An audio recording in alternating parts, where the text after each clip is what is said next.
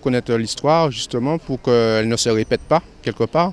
Et quand on voit tout ce qui se passe dans le monde maintenant, donc il faut encore insister sur les grands désastres, les génocides qui sont passés pour justement que ça ne se renouvelle plus. Vu mon âge, moi je peux peut-être avoir entendu parler de la guerre en 39-45, mais pour la jeune génération, c'est encore plus important qu'ils le sachent au plus tôt de leur âge pour savoir comment se comporter, voilà. Et pour essayer aussi de comprendre des fois le comportement des autres. C'est souvent lié à leur histoire.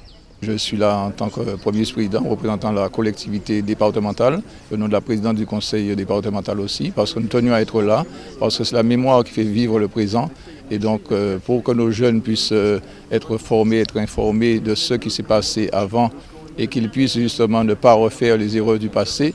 Donc, nous sommes là pour témoigner et pour dire justement notre conviction pour que la paix continue à régner de par le monde. Il est important que la jeunesse connaisse cette histoire-là, puisque je viens de le dire.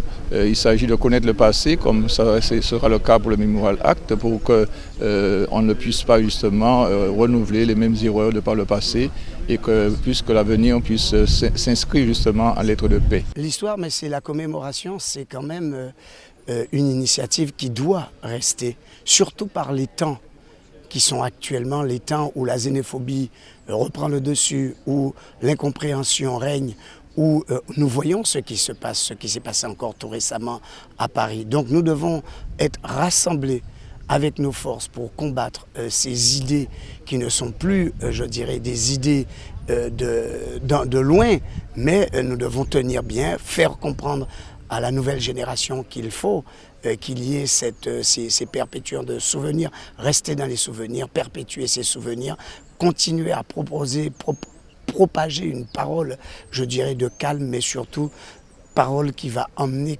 à ne pas rester dans l'incompréhension, mais aussi à se rassembler et à être, je dirais, en face pour lutter contre l'extrémisme. Il faut que la jeunesse soit tenue au courant et parfois nous avons mal au cœur de voir la manque de les initiatives qui sont proposées et quand on voit qu'ils ne sont pas présents dans ces manifestations, on se dit bon ben qu'est-ce qui se passe? Parce que l'histoire, nous ne voulons pas qu'elle se répète et c'est pour cela que nous sommes là ce matin sur le champ d'Arbaud.